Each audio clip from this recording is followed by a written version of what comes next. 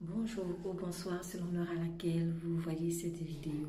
J'aimerais apporter ce petit message pour une personne qui peut-être a du mal à croire en ce que il ne suffit pas qu'il dise qu'il a, ou qu'elle, hein, si c'est une femme, qu'il ou qu'elle a donné sa vie à Jésus-Christ avec ses lèvres et puis bon, qu'elle garde ses vieilles habitudes et espère aller au ciel comme ça.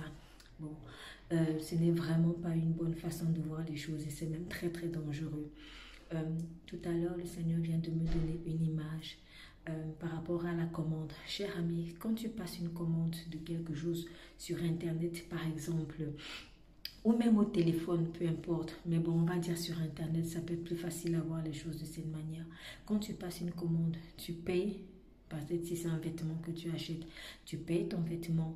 Normalement, étant donné que tu as payé le vêtement, désormais le droit de propriété est passé de la personne à qui tu as payé, tu as acheté, c'est-à-dire le vendeur à toi qui est l'acheteur. Donc le fait que tu aies donné l'argent, le droit de propriété de cet objet est passé du vendeur à l'acheteur que tu es. Donc désormais, le nouveau propriétaire ou la nouvelle propriétaire, c'est toi. Ça, c'est une chose. Mais maintenant, une fois que tu as passé la commande, il faut bien sûr que tu sois livré. Normalement, quand tu as passé la commande, tu as payé et pour le prix, tu as payé le prix d'achat de cet objet et tu as payé en principe le prix de la livraison, sauf si la livraison est gratuite, mais en tout cas, c'est au moins inclus. En tout cas, tu as payé pour deux choses, pour la chose que tu as achetée et pour la livraison de cette chose. Et si tu n'es pas encore livré, tant que tu n'es pas encore livré, tu ne pourras pas jouir de cette chose. À la croix, Jésus-Christ, quand son côté était percé, il y a deux choses qui sont sorties, le sang et l'eau. Le sang, c'est ce qui nous rachète de nos péchés. L'eau, c'est ce qui nous purifie en fait, afin que nous devenions comme la stature parfaite, à la stature parfaite de Christ. En fait, quand tu vois cette eau, imagine un grand fleuve avec de grandes vagues puissantes qui t'acheminent quelque part. En fait, il ne suffit pas de dire, ok, c'est bon, Jésus m'a sauvé, il a versé son sang, ça y est, je peux garder ma vie. En fait, si tu ne laisses pas l'eau de la parole te purifier, cher ami, tu risques de rater l'enlèvement.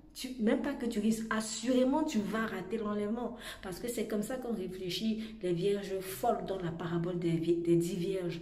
En fait, elles n'avaient pas assez d'huile. Pourquoi? Parce qu'elles n'ont pas travaillé à leur salut. Quand Dieu parle de salut, en fait, il te sauve, oui, de ta nature pécheresse et il te rééduque afin que tu puisses vraiment te comporter comme un enfant de Dieu. Si tu te contentes d'acheter ta chose sur Internet, mais que tu n'es pas livré de la chose, tu ne peux pas vraiment dire que oui, j'ai un nouveau vêtement. Pourquoi? Parce que tu n'es pas en possession de ce vêtement.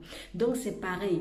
Le sang, c'est comme l'achat du vêtement et la livraison, c'est comme l'eau qui a coulé du côté de Jésus-Christ pour que nous puissions être purifiés et vraiment être de véritables enfants de Dieu. Alors, il ne s'agit pas maintenant de douter de son salut, de marcher comme si, voilà, Dieu est un menteur. Non, c'est pas ça. Quand tu as véritablement donné ta vie à Jésus-Christ, c'est acté, tu es enfant de Dieu. Mais comment est-ce qu'on va voir que tu es enfant de Dieu si tu n'es pas purifié? Donc, en fait, la purification, l'exposition à la sanctification par le Saint-Esprit démontre que effectivement le sang de Jésus a coulé sur ta vie. Je t'invite vraiment à prendre au sérieux ta relation avec Dieu.